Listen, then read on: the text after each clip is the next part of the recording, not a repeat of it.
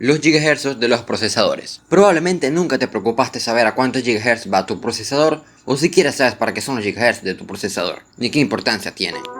Pero, o tal vez sí, sabes de que tu procesador es de 2.4 GHz porque te lo dijeron cuando lo compraste, y listo, no sabes más del tema. O tal vez sí sabes de lo que realmente estoy hablando y solo quieres saber el por qué. Bueno, acompáñame a contarte esta terrible historia.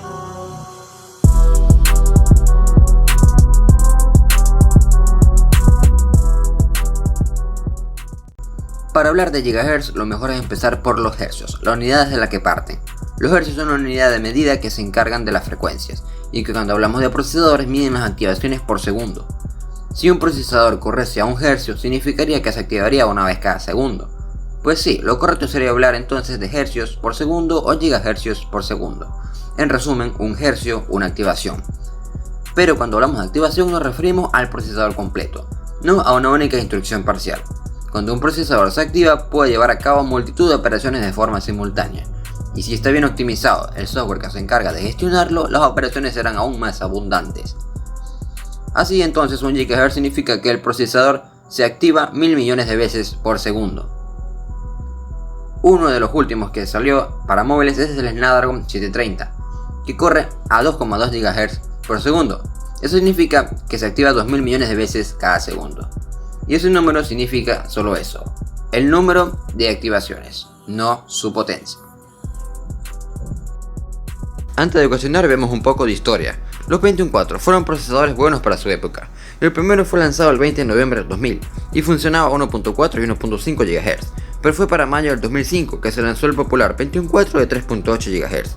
Y sí, tú me dirás que era mononúcleo con la caché de un mensaje de texto, pero eran 3.8 GHz de serie, es decir, solo 200 GHz más con overclock y llegabas a los 4 GHz. Y es aquí donde está la pregunta, ¿por qué en una década solo logramos avanzar un poco más de 1 GHz?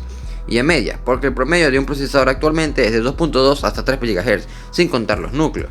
Y sí, te dicen recientemente que alcanza los 5 GHz, pero con trucos y maramucias, con el overclock, del turbo bus y todo aquello. Y si dices que el turbo bus, bueno, el turbo bus no lo controlas tú, lo controla el sistema. Y el sistema si dice que no es necesario, no es necesario. Es decir, no son 5 GHz mantenibles. Pero, como dije anteriormente, tampoco es que los GHz influyan demasiado en el rendimiento de un procesador. Es más bien un engranaje. Su utilidad está con el resto de los elementos. No funciona solo. Y bueno, la respuesta al por qué no se tiene avance con respecto a los gigahertz es por muchas razones. Una de ellas es porque no les ha dado la gana a los fabricantes de procesadores y sencillamente porque no es tan influyente en el rendimiento. Otra de las razones es la temperatura. Si se dieran la molestia de hacer un procesador de 5 GHz o de 6, mejor dicho, con frecuencia base, es decir, que el procesador venga de 6 GHz de fábrica sin trucos de overclock o de turbo bus, necesitarían un buen sistema de refrigeración. AMD fue el primero en sacar un procesador a 4 GHz con su FX 9000, por allá por el 2013, pero no fueron constantes, ya sea porque o no les fue rentable o porque ellos creen que no es suficiente. Bueno, con el ejemplo del engranaje, no ganas nada mejorando el engranaje, sino mejoras lo demás. Y tal vez por eso es que ahora vemos procesadores con 8, 4 o hasta 36 núcleos, si hablamos de servidores. Supongamos que ellos creyeron que era más rentable agregar núcleos que gigahertz. Pero ¿qué pasa? Tampoco es que los núcleos sean un factor importante. Volvemos al problema de los gigahertz. No ganas nada mejorando solo el engranaje. Es mejor mejorar todo el sistema.